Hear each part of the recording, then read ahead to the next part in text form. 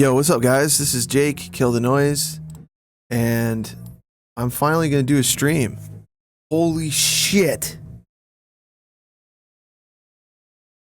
I can't believe it either, you know? I mean, I've been talking about doing this for a long time, and I have just been really busy. I fucking had a kid, so that's been taking up a lot of time, that's for sure. I've been touring a lot, and I've been working on a lot of tunes, but one of my kind of goals for this year was definitely to get back up in here and make some videos, because I feel like the process of explaining what you're up to, new stuff that you're learning, I think it makes you better. It makes you a better producer. Lately I've been using Serum and trying to make my own wavetables, so I figured that'd be a good place to start. Another thing I've been doing is playing a lot of fucking Bloodborne, which is easily one of my favorite games ever. I'm gonna find a way to make these into one project here, one idea. I was browsing around on Reddit, and actually someone had hacked into Bloodborne and extracted all the sound files.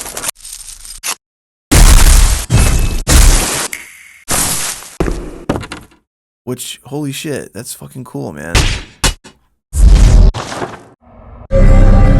it goes out saying, like, just, you know, the Foley sounds themselves are really cool. Like, maybe in a tune, chopping some of the shit into it or whatever.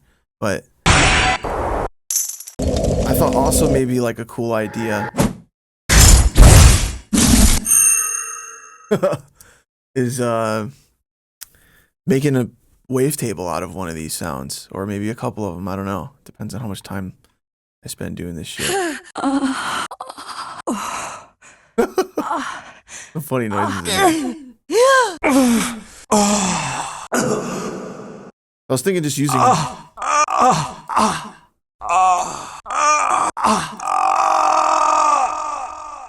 that's actually pretty cool. Maybe I'll use that one. Kind of already has like a little bit of like a texture to it, you know? Like it's got it sounds kind of like a really fast like LFO on the amplitude or something. That might work really good, you know? Alright, instead of just fucking rambling on here, let's just get into it. So there's a number of different ways to import stuff into Serum. I've been using Reason a lot lately for some reason. Right, so there's a number of different ways to import stuff in here. And in this case, that does actually sound like it has a key. I'm gonna see if I can figure it out. Like, unfortunately, I do not have perfect pitch. So, what's going on here?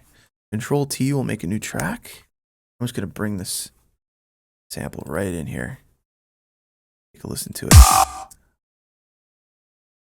Drums laying around.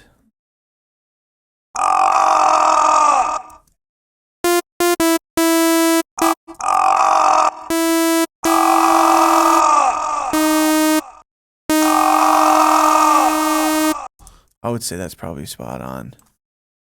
I don't have perfect pitch, so I have to kind of like use my brain and my ears and a synth. I like D sharp.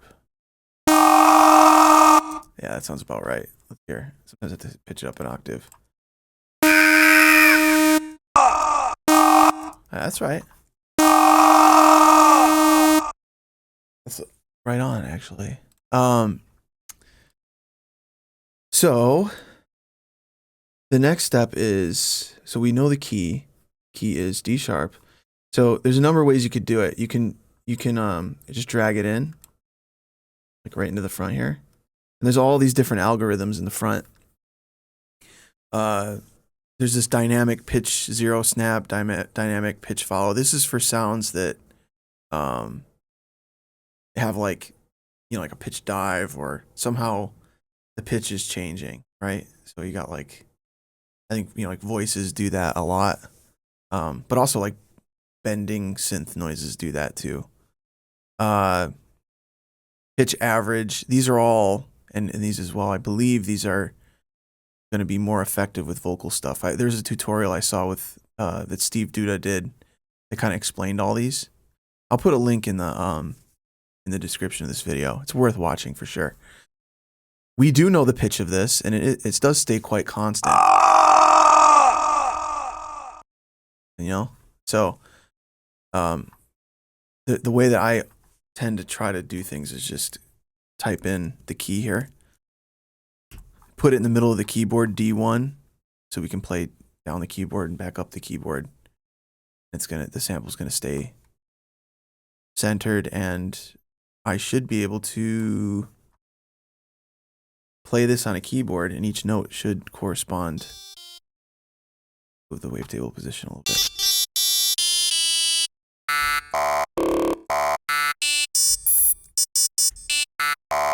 There, it works. So we're not done just yet. You can see on the waveform here, like there's a bunch of silence back here, which is an issue. You're still gonna be able to hear this guy. It sounds like shit though. It's always gonna sound a little like, you know, kind of like almost like a bit reduction.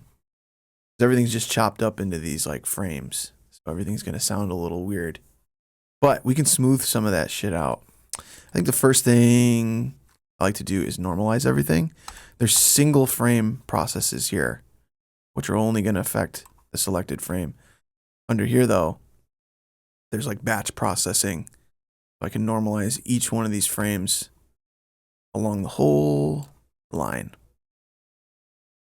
which is great. Cool. So now everything's gonna be a bit louder, but still I want to smooth these out a little bit. So I'm gonna X fade the edges. It's probably gonna sound not only louder, but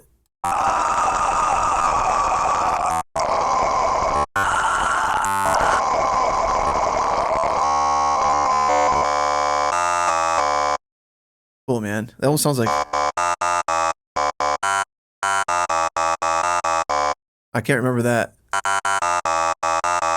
I can't remember the tune offhand. It sounds like that old it was called One by Swedish House Mafia.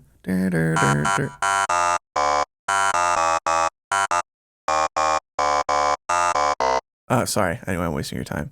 You know what I mean? I don't know. I'm tripping.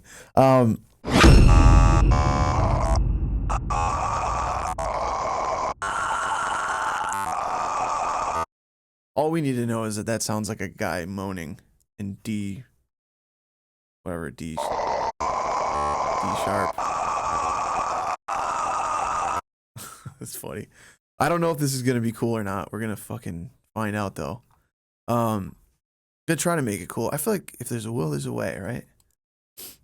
So first things first, let's start like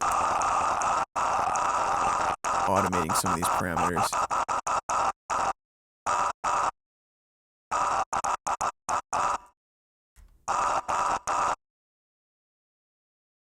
We'll do some of the kind of like dubstep tropes, I guess, to start out, and then we'll fucking change some shit around. But of course, we got to do the FM from B thing first, just to see how it sounds. Turn the level down. I think this.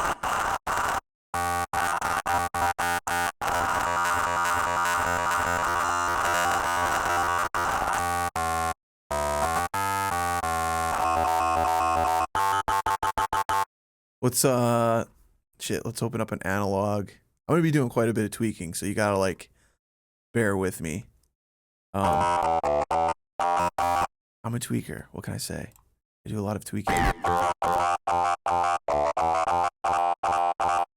don't know if you're the same way I am, where it's like it'll sound like shit all the way right up until you like just tweak one thing, and then all of a sudden it sounds dope, you know?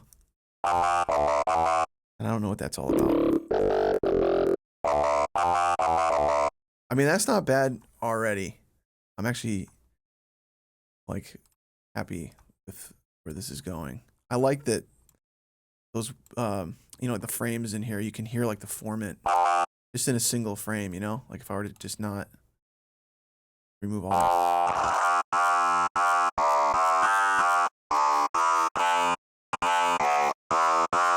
They're just cool. They're just cool. It sounds cool. It's got like already kind of like a formant sound to it. Of course, because it's a voice, right? I like these multi filters because I just came up on massive, man. So there was those 2 filters there, and I'd always use like a notch and like a scream filter, and I have them both work at the same time. The thing I love so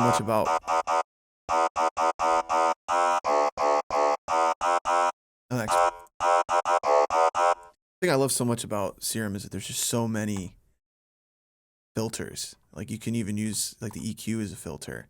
Of course, that's all a filter really is just an EQ. But anyway, yeah, I'm gonna bring this sound to life. A little bit of multiband. It's easy to overdo it with OTT, isn't it? It's called over the top for a reason. And actually, I don't know if you realize this, but this, if you turn the ratio all the way up on this, it turns this into a limiter. So it kind of hard limits.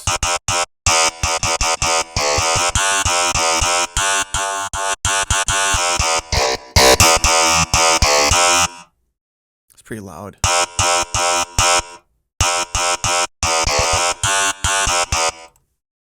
Still not very cool, I'll be honest.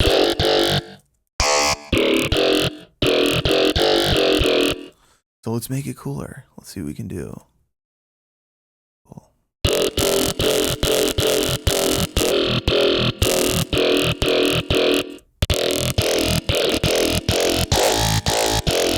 Let's try adding some.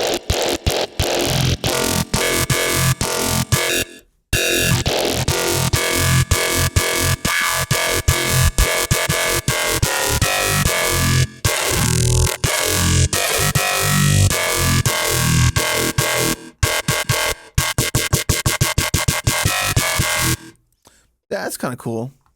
Add a sub. I like using the triangle there. EQ. Let's turn this into a fucking filter. It's got a little high pass now.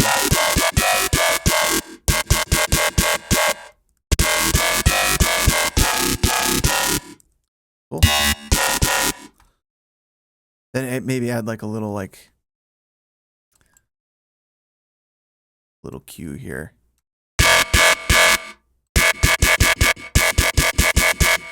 Actually, I want to do the frequency. I don't want to do the cue. Sometimes that is kind of cool though.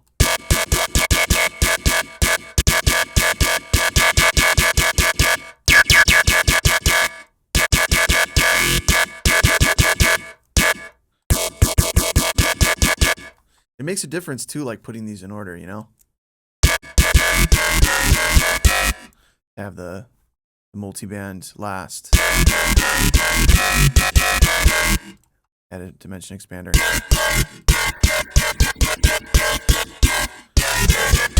Just a little bit. Yeah, fuck it. Put a filter, another filter. Can't have enough filters. Although I think that doing things kind of incrementally is important when it comes to designing sounds. Like, I think if you just throw a bunch of shit on right in the beginning, you end up kind of like with a mess, you know? I think it's kind of the way that I've been going about it is like stacking things systematically and trying to coax out, like kind of have an idea in your head where you're headed. And, you know, if you end up kind of like mindlessly tweaking and it sounds like garbage, which happens to me all the time, I always go back and I literally just delete stuff, you know, go all the way back to the beginning and start over. Some people like to just tweak into the darkness, and sometimes they end up kind of like breaking through the other side.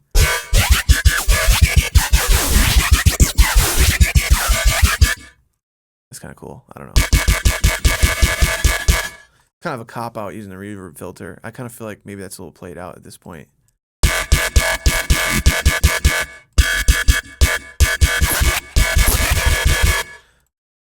Comb thing's pretty tight.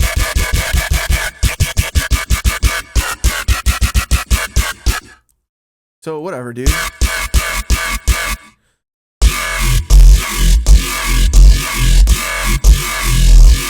I mean, that's not bad for, you know, a couple of minutes fucking around with some Bloodborne samples, right?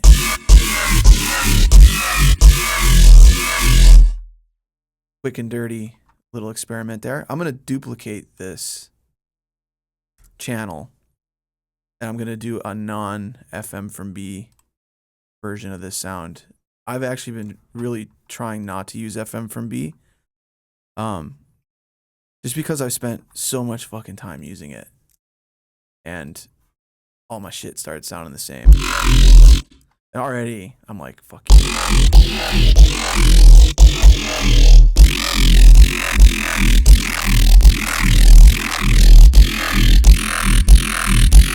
I mean, that sounds fucking tight. Anyway, so you can see, bottom line is, it's a lot of fun, I think, to start with some, I think like setting some weird goals in the studio is always a lot of fun. And, you know, like today, it's like, all right, let's like take some Bloodborne samples and turn them into wavetables. I think little goals like that can kind of push you outside the box instead of being like, I wonder how, you know, I think there's a time for saying, I wonder how so-and-so came up with this bass sound that's in this particular song. But I think if you also spend a little bit of time, which is something I've been trying to do more often, just making weird goals in the studio, like this, for example, you know? And then you might end up with something that's like really fucking cool. It takes your head out of that space where you're trying to emulate something that already exists, and you're just kind of letting your curiosity lead the way. And you can end up with some fucking cool sounds, you know? And I mean, this is just, you know, I literally didn't know if we're going to come up with anything like useful here, but this is cool. I could see myself tweaking out some of these sounds over the next couple of hours, just making a whole palette of like Bloodborne sounds, you know? And I'm sure that in the process, you'd end up with one or two things that could be the building blocks of a song, you know? So I don't know, something to think about. If any of this stuff kind of seemed interesting to you, let me know. And if there's any things that you guys want me to cover in some videos in the future, I don't know how many I'm going to do, but I plan on doing more. It's because it's fun. And like I said, if there's anything that you guys see that I could be doing better or whatever, like, let me know. It is what it is, man. I'm fucking learning just like anybody else. And I'm very grateful to be able to travel. And I've worked with a lot of people that I admire. And honestly, I feel like everybody's comes at making music the same way, where most definitely the people that I admire, they never try to pretend like they got it all figured out. I think people that do that kind of a thing are really insecure about just learning and growing and evolving as an artist. So anyway, yes, big up to all you guys out there and girls making tunes, and just have fun. And that's what's up. Fucking make some tutorials and show your friends. So show your friends shit, and we can all fucking learn shit together, right? So peace. I'll see you next time, whenever that is. I don't know. I'll try to do it. I'll try to do it soon and not in like fucking a year from now or something like that. Anyway, peace.